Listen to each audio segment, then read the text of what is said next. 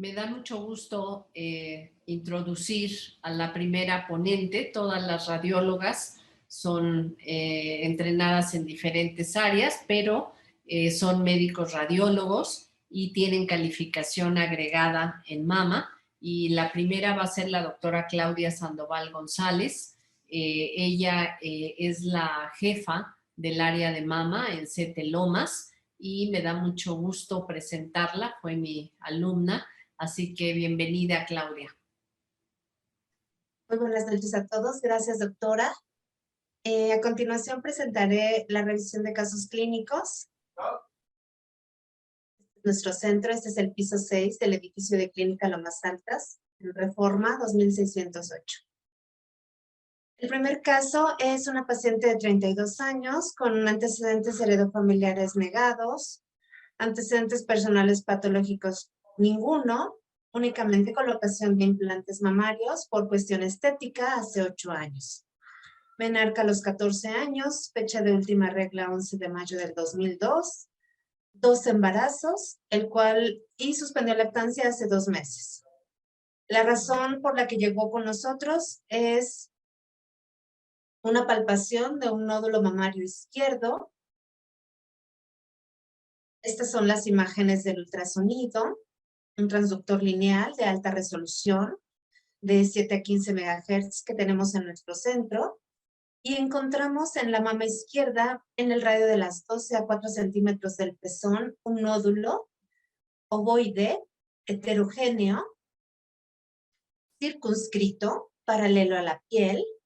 Tiene predominio de áreas hipoecoicas, tiene algunas zonas ecogénicas y la presencia de conductos en el interior. Aquí demostramos la presencia de un conducto con detritus, con Doppler color, es una lesión que no tiene vascularidad. Demostramos aquí el conducto con un calibre de 4.3 milímetros.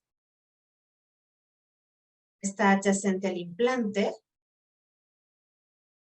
Y esta es una visión extendida de la lesión. Vemos cómo tiene aquí un contorno, tiene predominio de estas áreas hipoecoicas, estas imágenes ecogénicas en el interior y otras zonas glandulares. Las conclusiones en este estudio, determinamos que podía ser un conglomerado de ductos ectásicos con detritus en el interior, con algunos septos ecogénicos internos, palpables en la mama izquierda, que debido a que suspendió lactancia puede corresponder con un galactocele, y en este caso recomendamos un control de ultrasonido en 6 meses, y la clasificación del BIRATS corresponde al número 2. 6 meses después acude a la revisión de control. Encontramos nuevamente que persiste este nódulo prácticamente con las mismas dimensiones, 1 centímetro de menor tamaño. Predominan nuevamente estas imágenes hipoecoicas con algunas ecogénicas en el interior. Y en esta evaluación nos dimos cuenta que ya no tiene estos conductos internos, esos ya se reabsorbieron. Esta es una imagen en tercera dimensión. Y el caso, la conclusión final de este estudio es que puede corresponder a un amartoma, que generalmente la lactancia pueden aumentar o hacerse más evidentes, y al igual que cualquier otro tejido mamario, producir conductos, y que pueda también corresponder a un galactocele. Continúo en la clasificación de BIRATS 2 del Colegio Americano de Radiología. El caso número 2 es de una paciente de 37 años con antecedentes heredofamiliares negados, antecedentes personales patológicos negados, menarca a los 12 años, embarazos 2, partos 1, y en el momento en que acudió con nosotros, ella cursa con un embarazo de 18 semanas de gestación y se palpa un nódulo en la mama izquierda. Estas son las imágenes del ultrasonido. Al ser una mama muy grande, utilizamos este modo que es convexo virtual. pero permanece utilizando un transductor lineal de 7 a 15 MHz. Y en la mama izquierda, en el radio de las 3, encontramos un nódulo palpable, irregular, no circunscrito, paralelo a la piel. Vemos que tiene estos márgenes angulados y un contenido de predominio hipoecoico. Este es otro plano donde demostramos esta irregularidad y los márgenes angulares. También en el interior encontrábamos pequeñas imágenes ecogénicas que pueden corresponder a calcificaciones. Vemos aquí la extensión del nódulo. A la aplicación de Doppler color, tiene aumento en la vascularidad, en la periferia y en algunas zonas centrales. En la evaluación axilar, los ganglios tienen pérdida de su morfología. No hay evidencia del hilio graso. Vemos ganglios redondos con vascularidad central.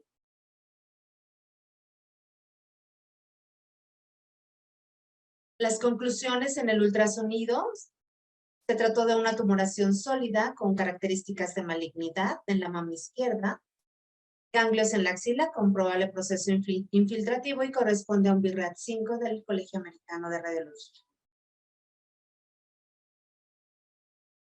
Esta paciente, su resultado histopatológico, se trató de un carcinoma ductal infiltrante sin patrón específico, grado 2, que es lo más frecuente, un triple negativo, negativo a estrógenos, progesterona, HER2 negativo y un Ki67 mayor al 15%. Esta paciente concluyó 4 ciclos de quimioterapia y cursando la semana 32 de gestación realizamos una nueva revisión de ultrasonido. Y la lesión, pues hemos encontrado que no ha tenido grandes modificaciones, el tamaño disminuyó milímetros. Conserva esta vascularidad central, esta irregularidad, nódulo hipoecoico. Lo que encontramos mejoría fue que los ganglios de la axila mejoraron, desaparecieron estos ganglios redondos. Y desafortunadamente en este caso, esta paciente 2 años después presentó unas metástasis generalizadas y falleció. Concluyo con este caso y muchas gracias. A continuación, les presento a la doctora María Rivera Vélez, colaboradora de nosotras, y a quien CT Escáner Lomas Altas con su revisión de casos clínicos. Adelante, doctora. Buenas noches. Continuamos con esta revisión de casos. El siguiente caso es de una paciente joven de 21 años con antecedentes ginecobstétricos de importancia. Es que tuvo una gesta y se encuentra en lactancia desde hace 3 semanas. Acudió con nosotros por nódulo palpable en la mama izquierda de 11 días de evolución y en el ultrasonido en el sitio palpable en el eje de las 3 de la mama izquierda encontramos este nódulo heterogéneo, predominantemente hipoecoico, con algunas áreas quísticas en su interior, circunscrito, ovalado, con reforzamiento acústico y avascular. Debido a que es una lesión única, el antecedente de lactancia, y a todas las características un tanto de benignidad, decidimos categorizarlo como un BIRAT 3, considerando el hecho de que tiene algunas áreas que pudieran ser de aspecto sólido, pero la probabilidad más alta para nosotros pues fue de primera intención un galactocele. La paciente acudió con nosotros nuevamente a los 4 meses, no siguió el consejo de los 6 meses. Sin embargo, ella pues seguía en lactancia y refería a un palparse del nódulo, el cual pues observamos que disminuyó muy poquito en su eje máximo, y el aspecto como tal sí modificó. Hay algunas áreas más quísticas con ecos finos intermedios móviles y algunas imágenes de apariencia ductal.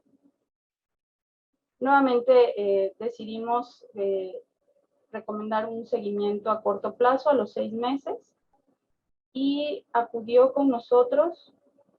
Vimos una imagen con un contenido más organizado y pues aparentemente en cuanto al tamaño permaneció casi igual. A los 6 meses recomendamos otro seguimiento ante la preocupación de la paciente porque ella lo seguía palpando y finalmente hace unas semanas acudió con nosotros, pero igual nos refirió que ella ya se encontraba en un nuevo embarazo y encontramos esa lesión aún un poco más organizada y sin diferencia sustancial en cuanto a las dimensiones. Decidimos dejarlo como un probable galactocele o a considerar un adenoma de la lactancia, que es otro diagnóstico diferencial muy frecuente en estos casos. El caso número 4 se trata de una mujer de 31 años con antecedente heredofamiliar de hermana y madre con CA de mama. Como antecedentes ginecobstétricos de importancia, cursa con la gesta 1. Su última menstruación fue el 2 de julio del 22. Se encuentra en lactancia desde hace 22 meses y está en terapia hormonal con Provera, con aplicaciones de una inyección cada 3 meses. El motivo por el cual acude con nosotros es por indicación médica tal cual, de rutina, y le solicitaron esta mastografía, la cual la adquirimos en proyecciones cráneo-caudal y medio bicolateral, observando un tejido extremadamente denso, con calcificaciones puntiformes, difusas y algunas anulares. Y durante la compresión notamos que pues hubo secreción láctea y notamos un incremento considerable en la densidad del tejido mamario por el antecedente de lactancia, a pesar de que ya es un poco tardía. En el ultrasonido, únicamente a resaltar en la mama izquierda hacia el eje de las 12, encontramos esta imagen que la podemos referir como un quiste complejo, ya que tiene un nivel líquido-grasa, es totalmente ovoidea, con una pared fina ecogénica, con reforzamiento y avascular. Esta es una imagen muy clásica o patognomónica de un galactocele. Entonces, pues la categorizamos como un galactoso. El siguiente caso es una mujer joven de 28 años, con antecedente de importancia, abuela con CA de mama. Ella es portadora de implantes desde hace 10 años. Se encuentra en lactancia desde hace 1 mes y medio. Y el motivo igual fue un nódulo palpable en la mama derecha. Y en ella, en el sitio palpable, hacia el eje de las 11, encontramos este nódulo heterogéneo de predominio hipocoico con algunas áreas ecogénicas, otras isocoicas a la grasa y de aspecto quístico, irregular, microlobulado, con vascularidad en anillo. En la elastografía encontramos esta zona como mayormente organizada, central, que nos marcaba una elasticidad mayor hasta 19 veces respecto al tejido circundante. Y pues lo que nos tranquilizó un poco fue que en la misma mama, pero en otro radio, hacia el eje de la 1-2, existe otra imagen similar a la anterior, aunque no como tal con una imagen nodular interna. Otro hallazgo que nos llamó la atención fue este ganglio con engrosamiento cortical difuso de 3.8 milímetros, pero considerando la cuestión de que se encuentra en lactancia y el dato que ella nos refirió al momento de la exploración, que sentía aumento de temperatura local, y nosotros notamos eritema en el nódulo de mayor tamaño, eritema cutáneo, decidimos pues dejarla en DIRAX 3, considerando como primera posibilidad un galactocele que estuviese sobreinfectado, y dimos oportunidad a que se le diera un tratamiento médico antibiótico avisándole a su médico tratante para que tuviera una vigilancia estrecha, y le sugerimos posterior al tratamiento enviárnosla de nuevo para hacer una nueva evaluación. Tuvimos comunicación con ella vía telefónica y en ese entonces pues nos refirió como a las 3-4 semanas que había mejorado sustancialmente, y el doctor decidió enviarla unos meses después con nosotros y encontramos esta lesión igual hacia el eje de las 12 con un aspecto muy diferente al anterior. Encontramos ya el contenido más organizado, con algunos ecos móviles intermedios, y el ganglio que encontramos en aquella ocasión reactivo ya había disminuido notablemente su engrosamiento cortical, o sea, ya es un ganglio totalmente normal, por lo que la categorizamos como un BRAF 2 y la lesión pues fue un galactosele tal cual. Y pues únicamente para tener en cuenta de los casos que hemos visto, el galactosele, teniendo en consideración el estado de la paciente, ya sea que esté embarazada o lactante, este tipo de imágenes nos pueden causar ruido. Sin embargo, en función al aspecto del contenido de estas imágenes, se menciona en la bibliografía que podemos tener como 3 aspectos clásicos de acuerdo al contenido del quiste o del galactosele, de acuerdo al estado de él y al sitio donde se ubica. Muchas veces podemos encontrarlo con el aspecto de un pseudolipoma, que es cuando el contenido tal cual es leche. Esto lo encontramos en una fase casi aguda del galactosele. En la imagen intermedia lo vemos como un quiste complejo con su nivel líquido grasa, y en la última imagen también puede adquirir una imagen de pseudoamartoma, que es como el primer caso que les mostré, donde hay algunas áreas incluso isoecogénicas al tejido glandular. Y pues siempre tener en cuenta el diagnóstico diferencial de este hallazgo, que es muy frecuente en esta etapa de la mujer, que puede ser un adenoma de la lactancia, un absceso, una mastitis, un fibroadenoma, un tumor filodes, un amartoma o una lesión maligna, como que fue el caso que nos presentó la doctora Claudia. En este caso, cuando la lesión se observa heterogénea, con un contenido hipoecoico más organizado y con vascularidad central, o que encontremos un nódulo mural con hiperflujo, es importante ahí sí tomar la consideración de una biopsia, porque este tipo de hallazgos pues son totalmente un diagnóstico diferencial de un carcinoma intraquístico o un carcinoma ductal infiltrante con áreas de necrosis. Y pues por mi parte es todo. Muchas gracias, doctora.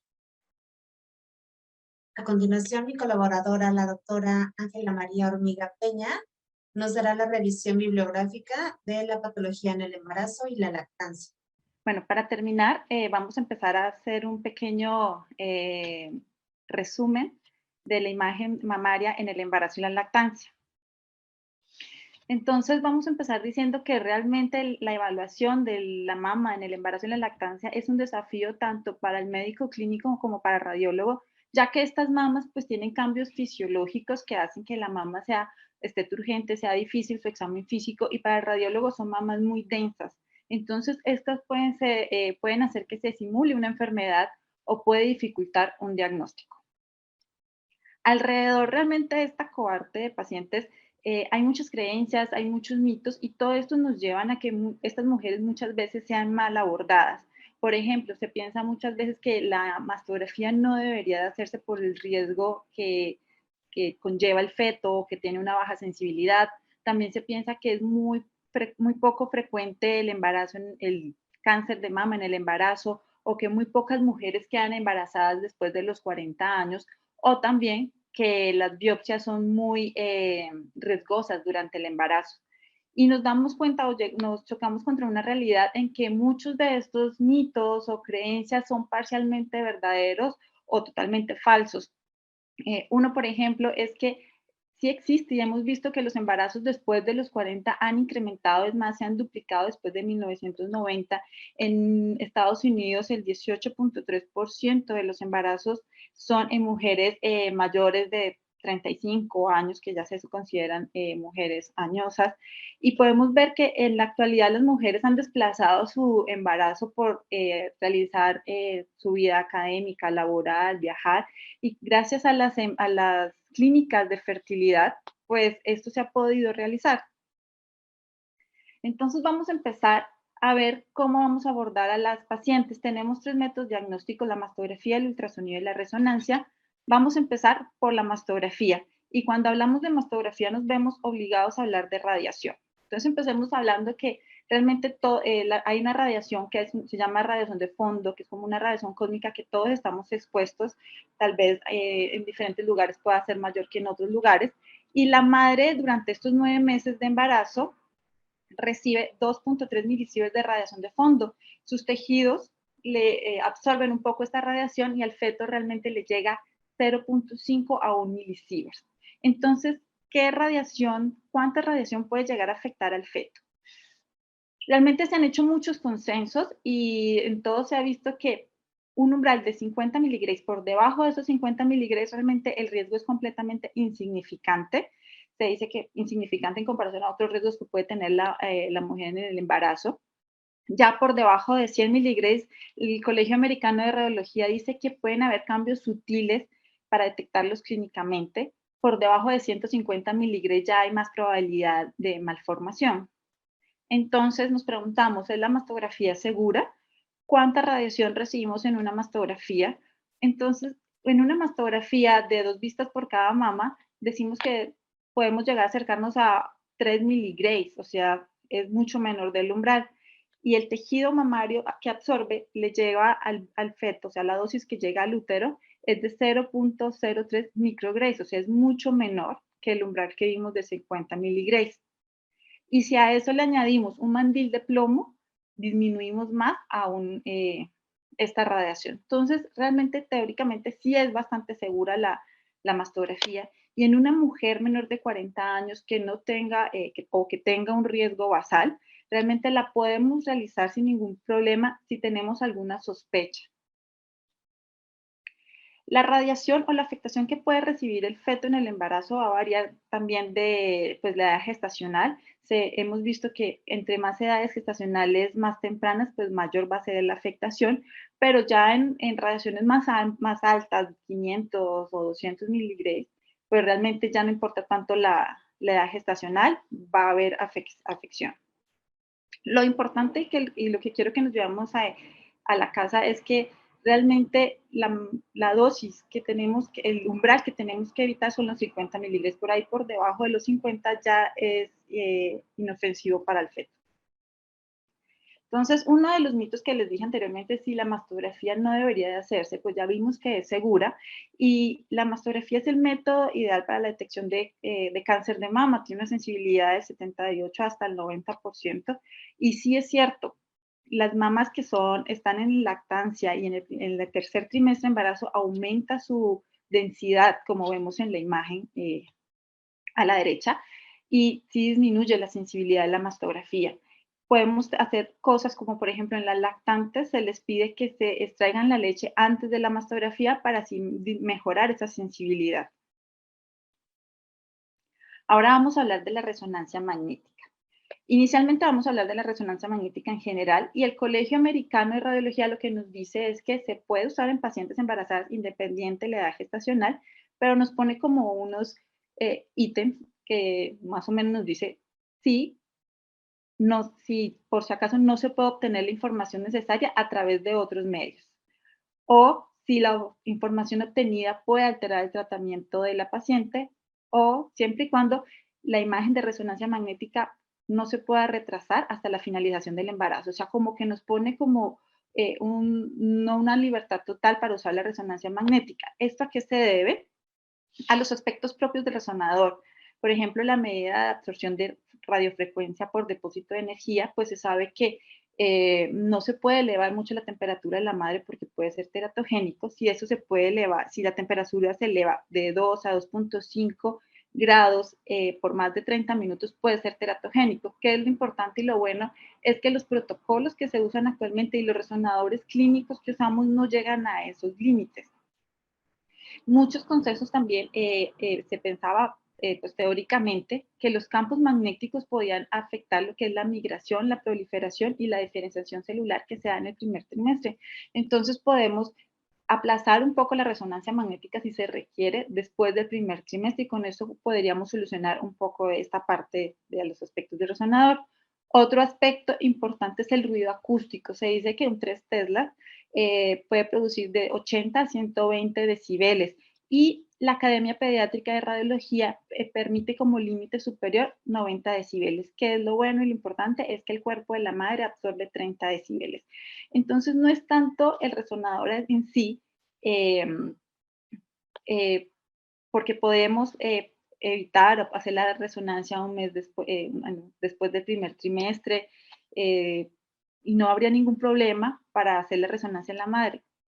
El problema es con la resonancia magnética de mama porque se usa para ver o valorar si hay posibilidad de cáncer y para eso necesitamos el gadolinio. El gadolinio es un medio de contraste que no se usa de rutina, sobre todo en embarazo. ¿Por qué? Porque está ha sido clasificado por la FDA con la categoría C. ¿Esto qué significa? Significa que en estudios con animales sí ha habido efecto teratogénico en los fetos de los animales, pero no hay informes de efectos teratogénicos concisos en humanos, no se han hecho los estudios. Entonces, ¿qué es lo que tenemos importante en el gadolinio? Es que sí cruza la barrera placentaria, si la cruza se puede acumular y se puede disociar en iones que pueden llegar a ser tóxicos para el feto. Entonces, por eso se evita completamente en el embarazo. En la lactante realmente es como otro cuento, porque obviamente pues el bebé ya está afuera y lo que pasa el gadolinio o lo que se excreta en la leche realmente es algo muy bajo, es mínimo. El Colegio Americano de Radiología nos recomienda que no se debe interrumpir la lactancia, pero muchas veces sí le decimos a la paciente que la suspenda 24 horas, más que todo por tranquilidad de la madre que por otra cosa. Entonces, en conclusión, de la resonancia magnética no está recomendada en el embarazo en ningún perfil de riesgo. Muchas veces puede ser considerada en lactantes con riesgo elevado y cuando es por tamizaje y si está en lactancia se puede esperar 3 meses después de que la termine. Ahora vamos a hablar del ultrasonido. El ultrasonido realmente pues, es el método de elección. Tiene una sensibilidad en el marco diagnóstico ya casi cerca al 100%. ¿Y cuál es el problema del ultrasonido? Que muchas veces puede darnos falsos positivos y nos puede llevar a biopsias innecesarias, pues que en estos tipos de pacientes pues no debemos de hacerla si no es algo que realmente lo amerite. Entonces, pues el Colegio Americano de Radiología pues nos da este artículo que nos quiere decir más que todo como qué es apropiado y qué no es apropiado en estas pacientes de embarazo y lactancia. Entonces nos muestra como 2 escenarios, uno es el de diagnóstico y otro es el de tamizaje. El diagnóstico es cuando una paciente pues asiste porque se siente una bolita, un nódulo, tiene telorragia, tiene algún síntoma. Entonces, en este tipo de pacientes embarazadas con síntomas, el Colegio Americano nos refiere que el primer estudio de primera línea es el ultrasonido y que él nos va a ayudar a descartar si es una patología benigna, que la mayoría en el embarazo son benignas, casi el 80%, o si podríamos usar otro método diagnóstico, que el siguiente podría ser la mamografía, mastografía o la tomosíntesis, que nos ayuda mucho, sobre todo en estas pacientes que tienen densidad mamaria alta. Y obviamente, pues la resonancia no es apropiada. Entonces, esto es exactamente lo que les acabo de decir. El ultrasonido es el primer examen diagnóstico. Nos ayuda a descartar hallazgos benignos y pues tiene una sensibilidad muy, muy alta. En el tamizaje, entonces, ¿a quiénes se les va a hacer tamizaje cuando están en embarazo? Entonces, el primer escenario que nos da el Colegio Americano son en pacientes menores de 30 años con riesgo alto. Recordemos que las pacientes de riesgo alto son los que tienen un 20% más que la población general. Entonces, en estas pacientes nos dice que es apropiado empezar con una mastografía o una tomosíntesis si se requiere o si se puede, y el ultrasonido puede ser apropiado. La resonancia, como dijimos anteriormente, no es apropiada en el embarazo.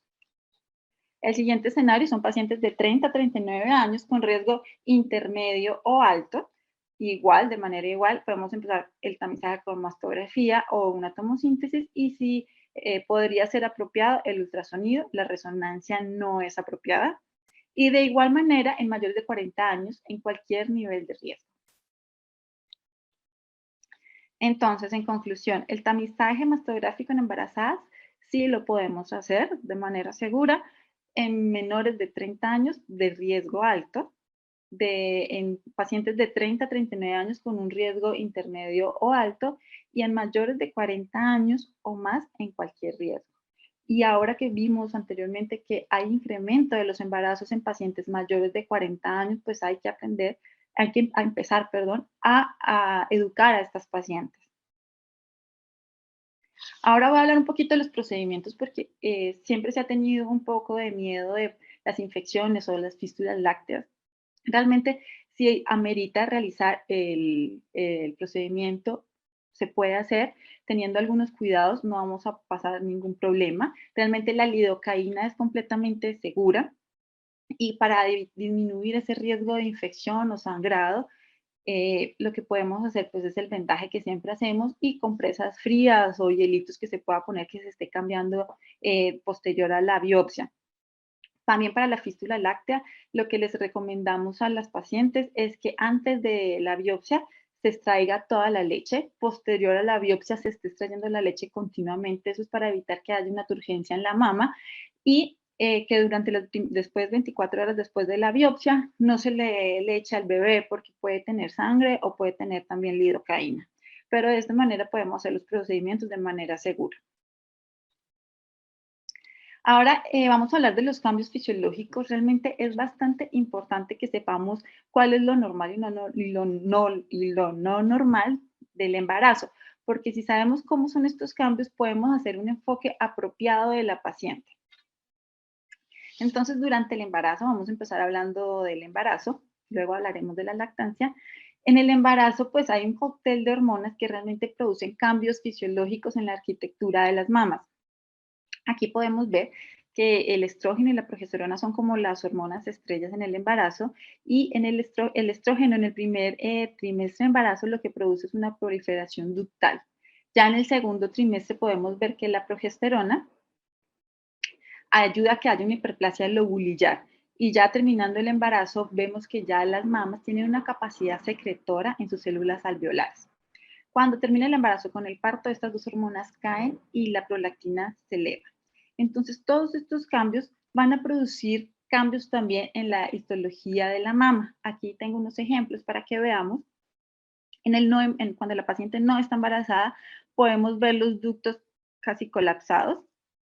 En el embarazo podemos ver incremento de las células adiposas extralobulillares, y podemos ver los lobulillos con algo de secreción, un poco más distendidos. Y en la lactancia, como vemos acá, están completamente distendidos porque los ductos están llenos de leche. Estos cambios que vemos histológicos también los podemos llegar a ver en el ultrasonido. Esas son imágenes de una misma paciente en diferentes etapas de su vida, donde podemos ver que en el no embarazo es una paciente con una ecotextura homogénea, lo vemos completamente normal. En el embarazo podemos ver que hay muchas de estas imágenes tubulares hipoecoicas. Eso es por la proliferación ductal que les hablé inicialmente. Y al final del embarazo muchos de estos ductos son más prominentes porque hay calostro dentro de los ductos. El calostro es menos grasoso que la leche, por eso se ven hipoecoicos estos ductos. Y ya en la lactancia, como vemos aquí, estos ductos se llenan de leche, la leche es muy grasosa y se ve ecogénica. Entonces vemos estas mamas completamente ecogénicas y densas. Entonces esos cambios son los que podemos ver en el ultrasonido. En la mastografía también podemos ver algunos cambios no tan sugerentes como el ultrasonido. Este ejemplo es de una paciente antes del embarazo. Podemos ver que es un tejido B. Vemos la grasa premamaria, la grasa retromamaria, sus ganglios, y cuando esta paciente entró en etapa de embarazo, vemos que el tejido cambia completamente, parece una mama completamente diferente. Vemos que ya hay poca grasa premamaria, la retromamaria ya casi ni se ve, el tejido es casi un tejido D. Vemos que los ganglios pueden incrementar en el embarazo su volumen. Esto es completamente normal y esta densidad es lo que nos hace que sea tan difícil en la evaluación. Muy bien, ahora vamos a ver los cambios fisiológicos en la lactancia. En la lactancia, pues, predomina son las hormonas, la oxitocina y la prolactina, y ellas van a tener unos niveles que oscilan. Esto va a depender del eje hipotálamo-hipoficial. Aquí les traje imágenes de mujeres que están en la lactancia. La primera imagen es de una mujer antes del embarazo y vemos ese es su tejido normal. Y posterior a la lactancia podemos ver toda esa ecogenicidad que les hablaba, se vuelve el tejido bastante ecogénico y podemos ver ductos dilatados y alejados del pezón, que normalmente pues en una mujer no embarazada casi no los vemos. También los ductos que están en región retroalular pueden verse muy distendidos, con ecos internos, y si ponemos el Doppler en la región retroalular es posible que veamos la vascularidad aumentada. Esta es otra imagen de una paciente que está lactando por 22, se lleva lactando por 22 meses. Vemos que la densidad está bastante alta en la mastografía. Es una mama que es muy difícil de valorar mastográficamente. Y en el ultrasonido, lo que ya les había visto, se ve ecogénica la mama. Esta es otra paciente que posterior a un año de lactancia ya va dejando la lactancia. Podemos ver que la mayoría de la densidad está en la región retroalular y podemos ver los ganglios un poco también incrementados de tamaño. En la resonancia magnética lo que podemos ver los cambios normales es que hay un incremento en el realce de fondo y también puede haber un incremento en la señal en el T2.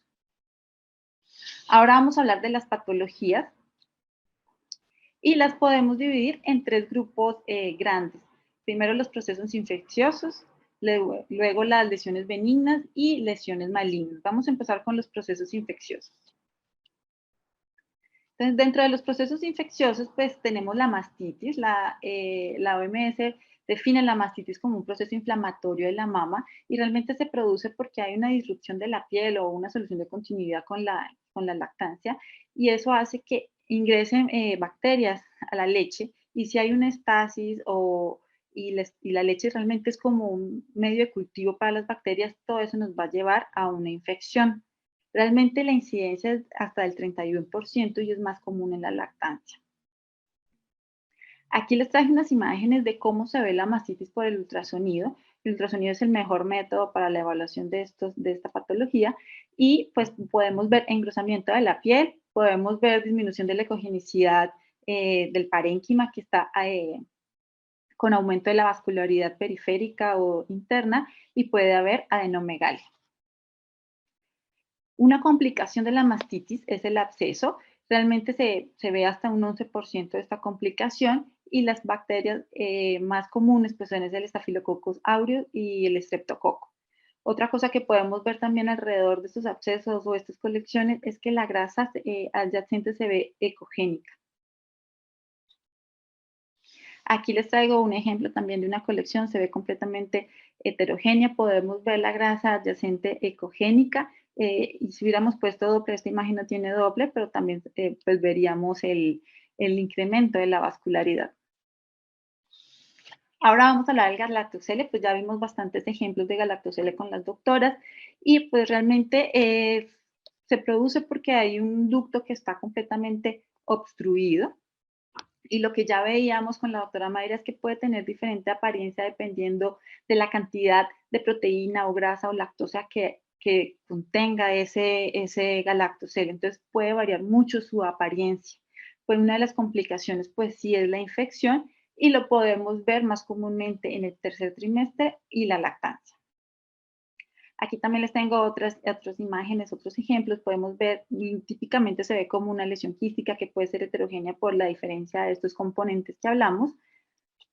Aquí muchas veces, si tienen dudas de que si realmente es un galactocelio o no, muchas veces podemos acudir a la mastografía y como en este caso que mostramos aquí en la proyección lateral, vemos que, no sé si se alcanza a ver, hay como algo de sedimento. Entonces podemos ver como ese nivel líquido-líquido que si tenemos dudas lo podemos realizar realmente en la mastografía, nos puede ayudar. Ese es otro galactocele, ese se ve supremamente un poco más homogéneo, se ve más bonito que los anteriores. Y muchas veces cuando tomamos la mastografía se puede ver o puede eludir a un quiste oleoso. Ahora vamos a hablar del fibroadenoma. Realmente el fibroadenoma es una lesión benigna, se ve mucho en mujeres jóvenes y en las mujeres embarazadas puede aparecer de nuevo o si ya lo tenían anteriormente por el influjo hormonal, pueden presentar aumento de su tamaño. Muchos se pueden infartar y nos pueden dar características de sospecha. Entonces aquí tenemos este ejemplo, es de una paciente que pues, venía a sus controles por el fibroadenoma. Se ve el fibroadenoma de características típicas. Y de posterior al embarazo vemos que ha incrementado en su tamaño. Entonces esto puede esperarse y es completamente esperado en el embarazo que por el influjo hormonal pueda aumentar su tamaño. Es importante siempre que veamos los márgenes de los nódulos, la ecogenicidad, porque muchas veces si presenta cambios en estos, podemos decidir a tomar una biopsia. Este es el ejemplo de una paciente de 30 años embarazada que sentía un nódulo palpable derecho. Cuando se le hizo el ultrasonido vemos en la mama izquierda 2 fibroadenomas de características típicas y en el lado derecho donde ella se palpaba vemos este nódulo que no sé si alcanzan a ver, tenía como márgenes microlobulados, tenía áreas quísticas internas. A ella le decidimos hacer una mastografía, se puso una marquita y en la mastografía vimos este nódulo que nos llamaba la atención que en su borde posterior el margen no era bien definido y en la craneocaudal se veía como microlobulado. Entonces decidimos biopsiar. Gracias a Dios esta biopsia fue un fibroadenoma.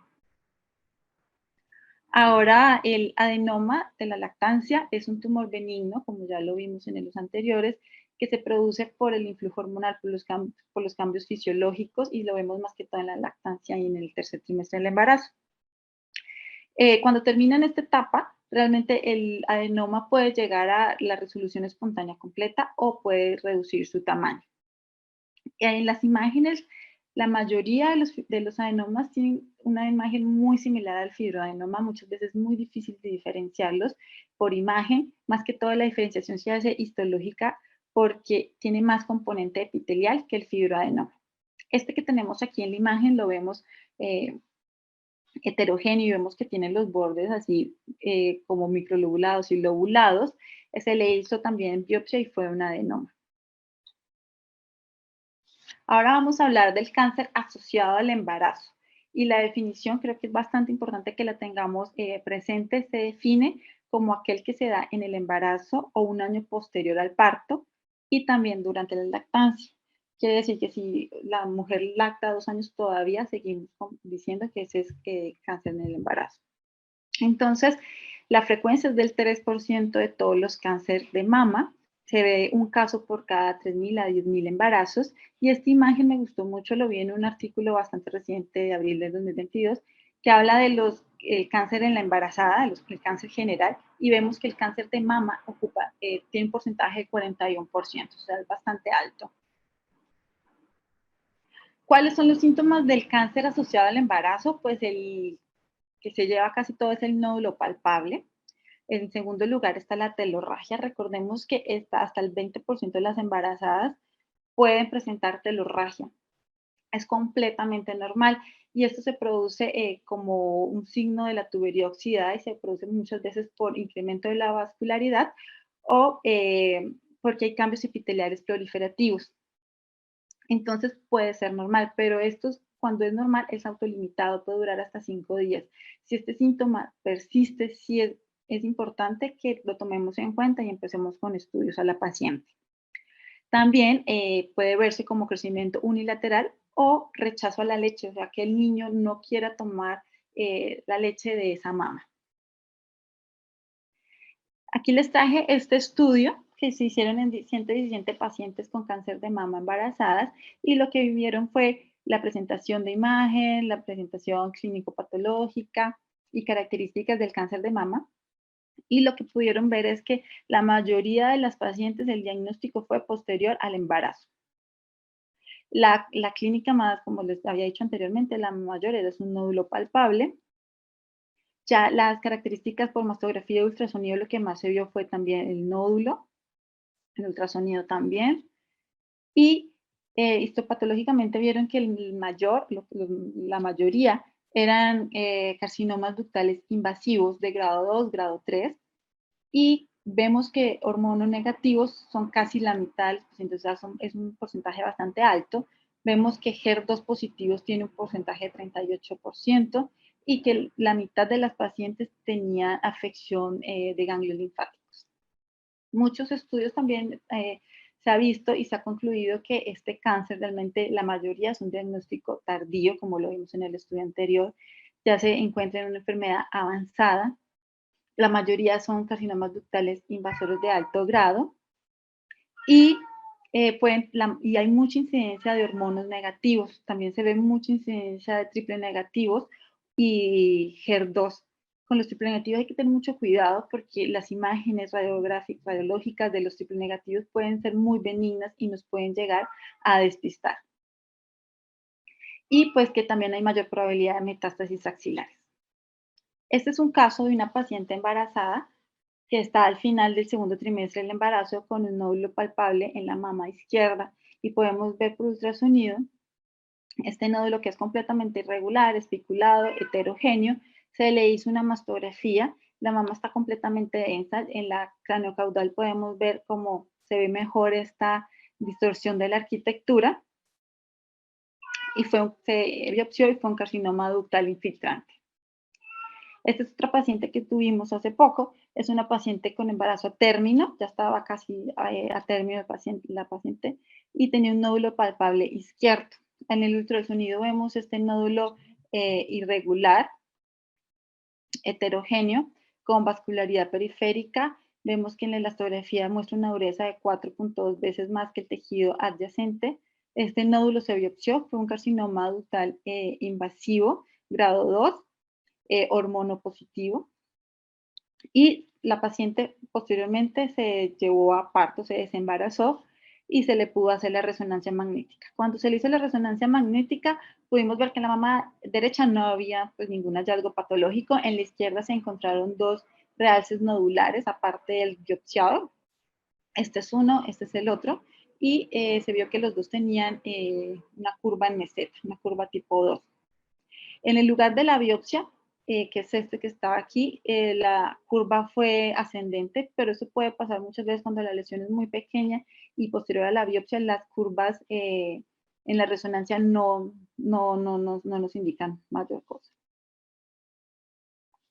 Bueno, ya en conclusiones, que es lo más importante de todo, quería dejarles que el tamizaje mastográfico no está contraindicado en el embarazo y la lactancia. El riesgo de radiación fetal es mínimo realmente con la mastografía. Si realmente lo amerita la paciente, lo podemos hacer. Se debe realizar biopsia cuando realmente lo amerite. La resonancia magnética con gadolínio está contraindicada en el embarazo. Hay que identificar las pacientes de alto riesgo y educarlas antes del embarazo, porque ellas son las que tienen que empezar con el tamizaje antes de los 40 años. Entonces, siempre hay que explicarles muy bien lo que tenemos que hacer de empezar el tamizaje con ellas. No dar un BRAF 3 antes de un embarazo planeado. Si sabemos que la paciente se va a embarazar, mejor biopsiemos o entremos sabiendo qué es lo que tiene, al embarazo entremos sabiendo qué es lo que tiene la paciente. No dejar lesiones sólidas durante el embarazo sin vigilancia o biopsia y dialogar mucho con el médico tratante. Bueno, con esto ya terminamos.